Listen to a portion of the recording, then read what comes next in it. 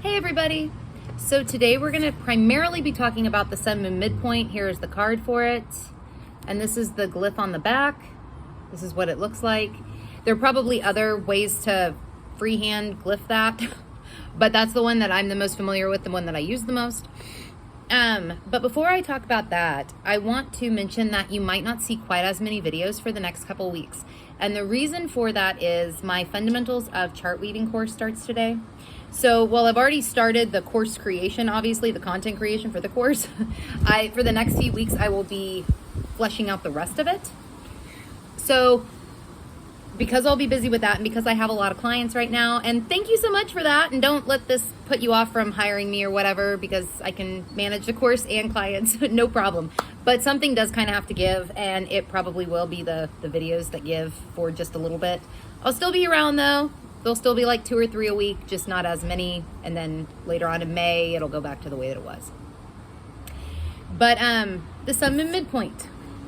Why has this been on my mind? Well, I like working with midpoints anyway. I think that they're an awesome tool to have in your astrology arsenal. But this week, holy fuck, that's loud. Sometimes it feels like these fucking planes are gonna fall on the house. Anyway. Why has this been on my mind? Well, later on this week, I'm going to go on Cassandra the Saffron Sage's YouTube, and we're going to talk about things in synastry, asteroids, midpoints. I'm definitely going to bring the Sun Moon Midpoint up because it's an important one in synastry. It tends to be anyway, and other things like that. And she's actually going to come on here and do Galactic Center Diaries, which I'm really excited about. But so this was already on my mind for that reason. And so I like to read some weird shit, and I came across some weird shit in a subreddit, and I don't really know how I feel about most of the weird shit that this document had, because I'm kind of like, with a lot of it, I'm like, but beyond that, it doesn't really matter what the document is. The document got me thinking. It talked about this notion of a twin soul. Everybody has a twin soul. Now, when I first saw this word, my first thought was twin flame. And I kind of laughed to myself. And I shouldn't do that, but the notion of a twin flame and even a soulmate, they're oftentimes over romanticized, over idealized. While like a soulmate can certainly be a wonderful person in your life, Natalie, I would certainly say, is a soulmate of mine, for sure. For sure. And that's a wonderful relationship, But I have also had people in my life that were probably soulmates that were a pain in my fucking ass. So I don't think that they're always, this notion of soulmates and whatever you think to be a twin flame to be. I don't even really know if I believe in twin flames, to be totally honest. But not in the way that they're described anyway. But so I kind of rolled my eyes when I saw this twin soul kind of terminology, because that's where my mind went first, was like to twin flame, soulmate shit. But then I started reading about what they meant by a twin soul. And what they actually meant was the other part of you that's somewhere else. Now, I don't know if I would necessarily apply this to be the place where they thought this twin soul was, or what this twin soul was. But it got me thinking about the Sun Moon Midpoint, because the Sun Moon Midpoint is the blending of the masculine and the feminine in the natal chart. The blending of like the emotions, the moon, and the ego, the identity, the life force, the sun. And in this twin soul, this notion of twin souls that they were talking about, in this lifetime, if you identify as female, or you are a female, your twin soul somewhere else is male. If you identify as male in this lifetime, or you are a male, then your twin soul is female. So essentially the twin soul is the male or the female version of you, the opposite of whatever you are in this lifetime. Now I like this. I think this is cool. And I think this is a cool way to think about it. Because we all have masculine and feminine qualities to us. We may identify as female or identify as male or what have you in this lifetime, but we have both inside of us. And oftentimes when one gets ignored or is neglected or not identified with, there are issues. Oftentimes there are, regardless of how you identify, there can just be issues. You want a balance because we have both sides in us. There needs to be a balance and an expression of both. And the Sun Moon Midpoint is the place where these blend together, the place where the expression of both can take place in a natural way, if you will. So I will put a picture of because to calculate it, it's very simple. You will have to turn your sun and your moon to the 360 degree zodiac to calculate it. I'll put a picture though below of how to do that, or in the description box. But it by house that it falls might give you an idea as to the areas of life where this blending is able to take place. The easiest, and then by sign can show you how this blending takes place. So let's say you had your Sun Moon Midpoint and it fell in let's say it was like mine, it fell in the first house. That would mean the blending takes place through your sense of self, through your very sense of self. Let's say this fell in the fourth house. This might cause the Sun Moon Midpoint to come out the most, or to feel like it can, like the blending can happen in the private spheres of life or with family and at home, those kinds of things. Let's say the Sun Moon Midpoint was in the sixth house. It might be that the Sun Moon Midpoint comes out the most, or is able to blend the easiest in the work that you do, in your routines, in daily life, things like that. Let's say it falls in the 12th house. It might come out the most through the unconscious, or even through dreams. That also seems very possible. But yeah, by sign, mine is in Sagittarius, so mine tends to come out in in a seeking kind of way. That feels the most accurate for me personally. But it could also come out in an optimistic way, or in a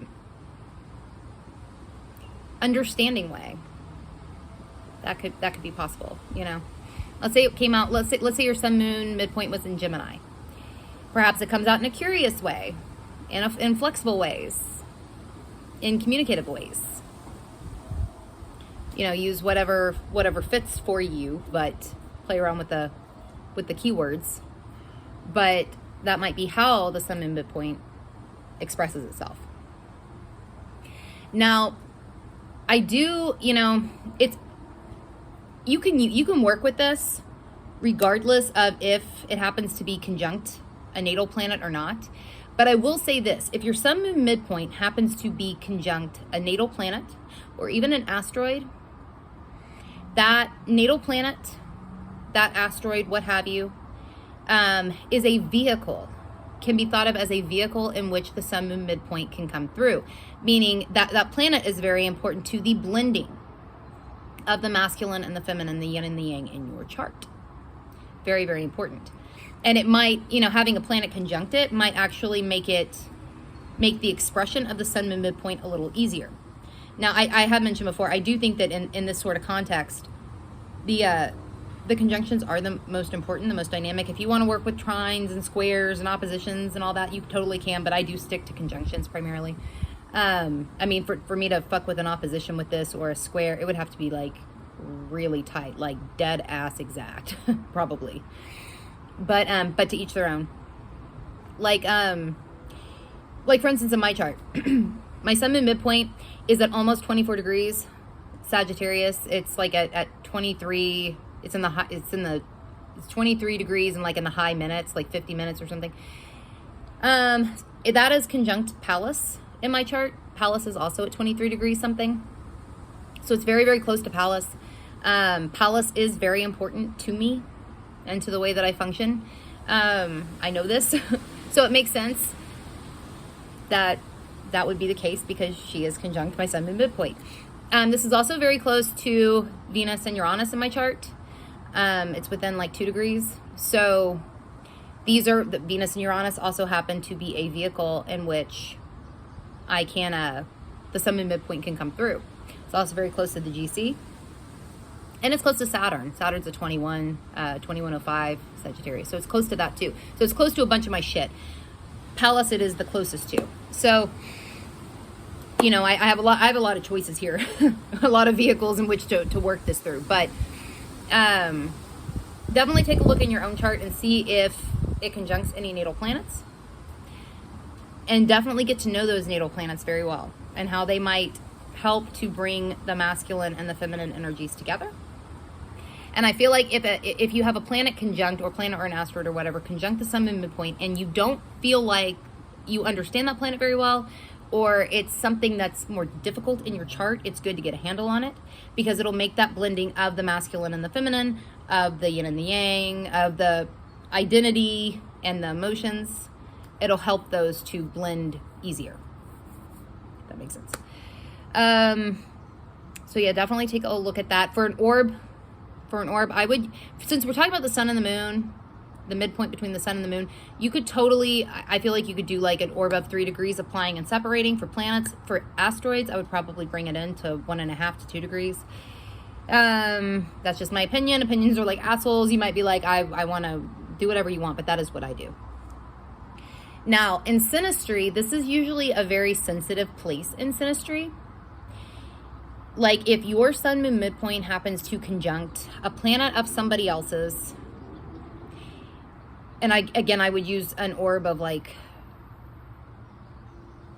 for planets, 3 degrees, I think you could go out that far, though obviously the closer in you can get it, the more impactful. Or if their Sun Moon Midpoint conjuncts one of your planets, there usually is some kind of a draw. Sometimes this isn't easy.